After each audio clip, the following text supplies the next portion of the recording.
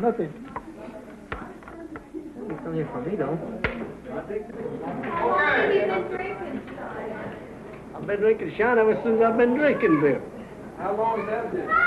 Since ever beer come out.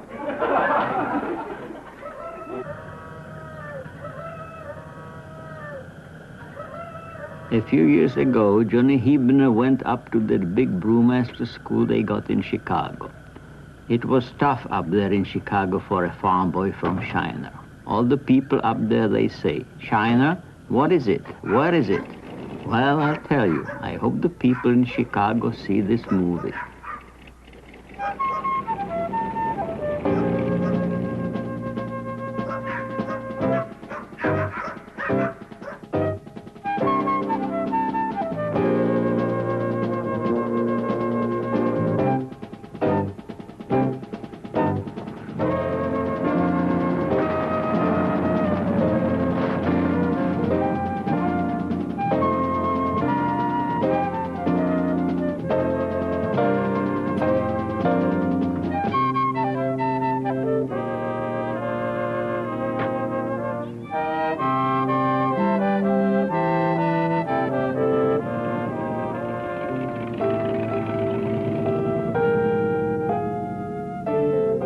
In Bavaria, Germany, at the end of the last century, a man named Kosmos Spoetzl set off for Cairo, Egypt, where he was brewmaster of the Pyramid Brewery for 8 years. The heat in Egypt was good for the thirst, but bad for the health. So Spoetzl decided to make beer in a colder climate. He went to Canada to run a brewery, but caught pneumonia and nearly died. So he moved down to San Francisco. But the big earthquake had destroyed the breweries, and there was no work. Kosmos knew a brewmaster in San Antonio who would write to him, Spoetzel, come down here to Texas. We'll find something for you. And this is what they found, a little brewery down here in Shiner.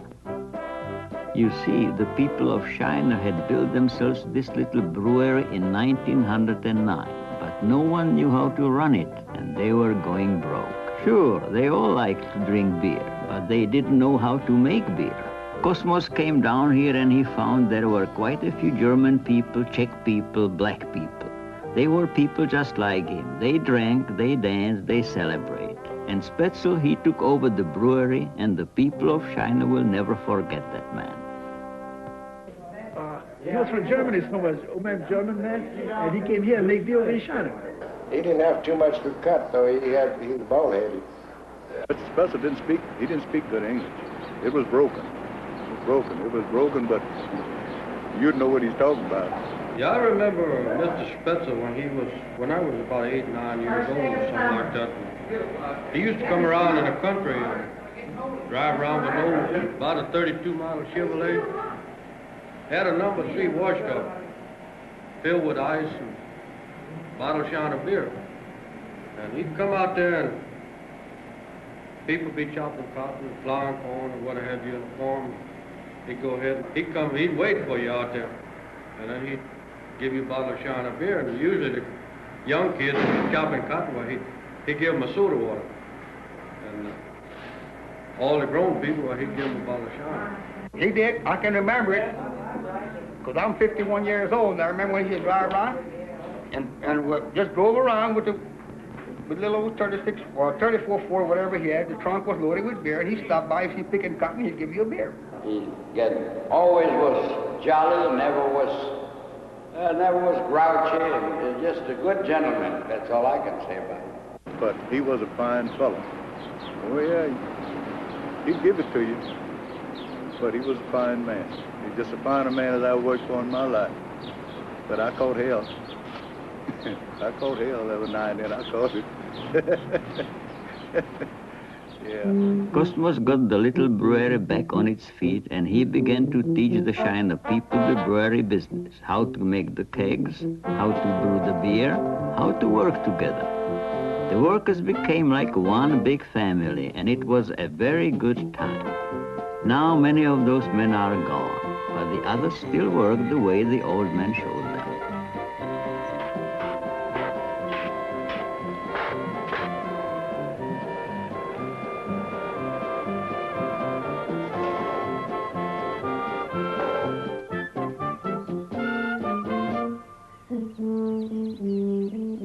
Spoetzel brewed his beer the way he had been taught in Bavaria. He used only barley malt and the hops.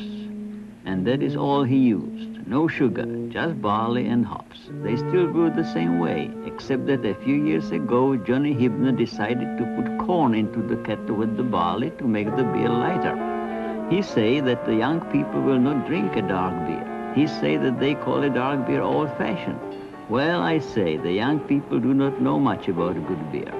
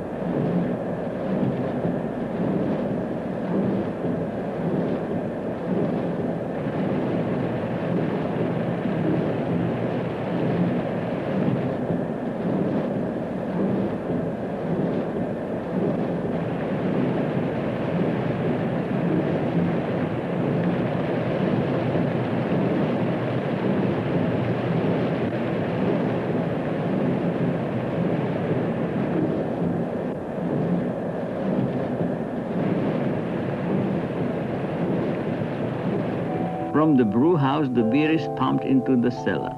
It's very cold down there. It's got to be to keep the beer fresh. You add your yeast in the cellar, and then the beer takes 9 to 10 days to ferment. After that, you must let it age maybe 20 to 30 days until the taste is just right. I do understand that some of these new breweries in the big cities will rush their beer through in 5 or 10 days. Well, they couldn't do that in China. The people around here would know the beer wasn't right. An important part of making beer is taste testing. It's the only way to know if the beer is right. Spoetzel had a policy on taste testing which the brewery follows to this day. Drink all the beer you want while you work, he would say. Just do not get drunk. Yes, you drink your beer, but you had better not get drunk. But some people back then didn't think a person should be allowed to drink at all. Armed with an axe and a Bible, Carrie Nation and other self-righteous teetotalers traveled through Texas and the rest of the United States, smashing up saloons and organizing for a total prohibition of beer and liquor. As you can imagine, the people of Shiner were not in favor of prohibition. They were in favor of good beer. They couldn't understand. This country loves beer.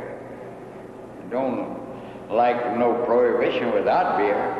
If I don't want to drink, why should I deprive another man of this? But national prohibition became law in 1918, so Spoetzel had to make a new drink. They call that near beer then. It tastes just like beer, which it was beer, but didn't have no alcohol in it. But people just didn't buy it. It wasn't no, we didn't get no kick out of it. Well, I didn't drink none of that near beer stuff. People wanted something with a little stimulant. But you're not going to stop the people from drinking. They're going to get it one way or the other. In those days when the near beer was, we had more bootleggers around here. They didn't need no near beer. They had some bootlegging days. Yeah, we bootlegged some beer, and I don't know whether I would want that to go out either or not. I guess it wouldn't affect nothing now. The near beer, I don't even remember the near beer because we didn't drink much of it. We had a good little brewery here. Mr. Spoetzel and Miss Seeley was wonderful people. And I just went and got me a gallon jug and went to the number 75 and filled it up and had good beer. You go at night. You go in daytime. We went up at night. And we go from one house to the other. All that stuff, sometimes you'd be so powerful you'd take off a cap and hit the ceiling. The federal government got suspicious, so they sent their officers down. Spoetzl was too smart for them, but you know, you do something for so long, for so many years, you're going to slip up once or twice. But he got in trouble down in Houston, had a load of it going through Houston with it. Some kind of way he made a wrong drive, and somebody tell me that he got smart with the policeman. Well, naturally, the policeman wanted to know what, they taking him in, wanted to know what he had. So they carried him in, and he had a truckload of that good stuff. Luckily, judges and juries around here liked good beer, or Spoetzl would have been in bad trouble. Somehow he kept it going until beer was legalized in 1933. Then did we celebrate.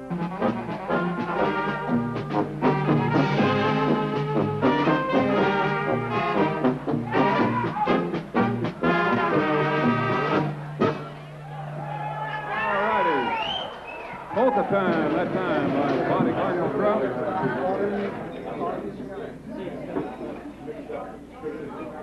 Now Kosmos could afford to sponsor polka dances again, and to this day the polka remains one of the brewery's best ways of advertising.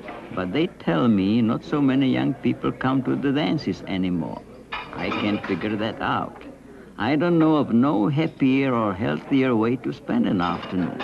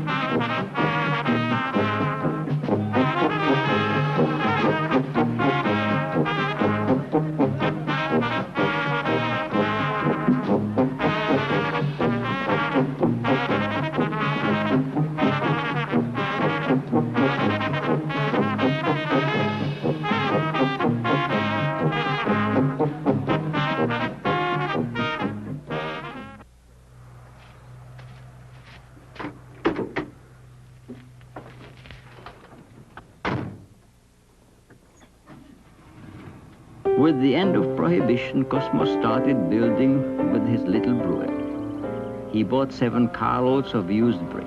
Everybody wondered what he was going to do. Well, he was going to put his brewery in brick. His health began to fail, but he saw the job through, and then he said to Adolf, "I got my brewery in brick. Now, Adolf, I am satisfied." And soon afterwards, he passed away. It was a sad time in Shiner when Spoetzl died, especially sad for the little boy who was always at the old man's side. My name is Calvin Wallace, Calvin Kosmos Wallace. Mr. Spoetzl, he wanted to give me part of his name, and so Miss Spoetzl, she gave me the name Calvin, and he gave me the name Kosmos. And they practically raised me, the Spoetzl family. They treated me just like if I was one of theirs. The old man, Spoetzl, he would pick me up out in the pasture. I had a goat. I put in a wagon. He'd pick me up and take me with him in the car. Sometimes my mother, they wouldn't know where I was at, but when they see that goat come back to the house, they knew I was going with him on the trip somewhere, just riding around. The day driver, he came into the truck stand. He is a pearl driver. He told me, he said, "Well," I say, "boy, are you still flying that check flag?" I say, "Yeah." I say, "It's flying everywhere now." I say, "I keep it flying." That's right, keep it moving, he said. Or check flag, that's what he called that sign, the emblem on the truck, they call it the check flag.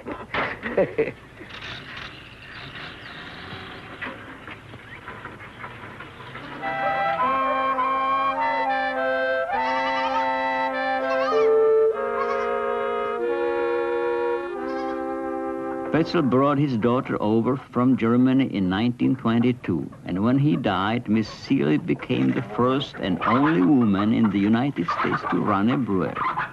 She retired a few years back, but she still keeps an eye on things from her farm across the street. Many people I know, they say that Mr. Spoetzel down there, he works so hard, he never will make it with his little brewery. There is, he made it. Yes, Spoetzel's Little Brewery is an institution now. People from all over Lavaca County and even from Houston and San Antonio stop here to drink free Shiner beer and socialize with one another.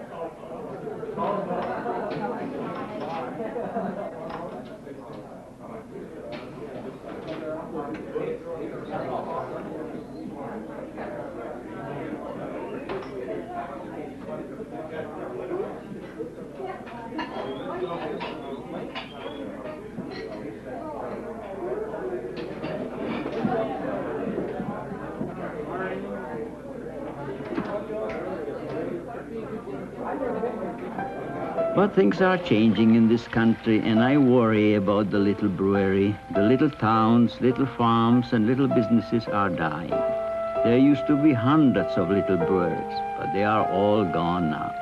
And I wonder how long the Shiner Brewery can survive against the big boys. The worstest thing that can happen to small breweries, when the big breweries start on the selling, if they lose a little bit of money, it don't hurt them, but it'll hurt you. That's why so many little breweries went out of the business. The big breweries just push them out. I think the small brewery is doing a great job. They're selling more and more beer, and I travel a lot. You go to any big city, they got it really well in every town, and they're drinking it too. So I don't see why wouldn't they survive. Just a little man trying to fight the big man, and the big man usually wins. Well, I'll tell you what I think about a brewer, you know. I know that man gotta work, you know what I mean, you know. If you wanna stay with a job all the time, you know, so keep it going.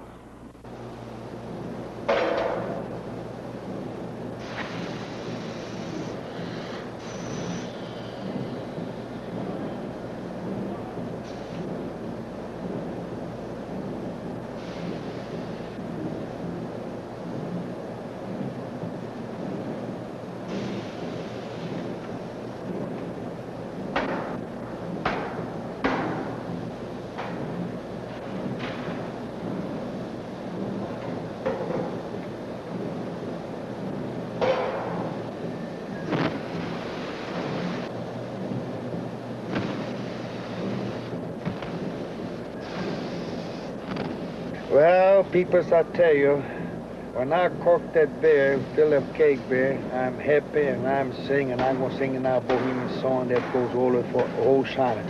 This man what postel de Shiner, slån sig svikelo. This man what postel de pivovar, bečka bila prazna. A gdy sme popijeli, a dobrze sme mieli, a gdy sme popijeli, a dobrze sme mieli, a gdy sme odpouštěli pivovar, bečka byla suchá. That's it.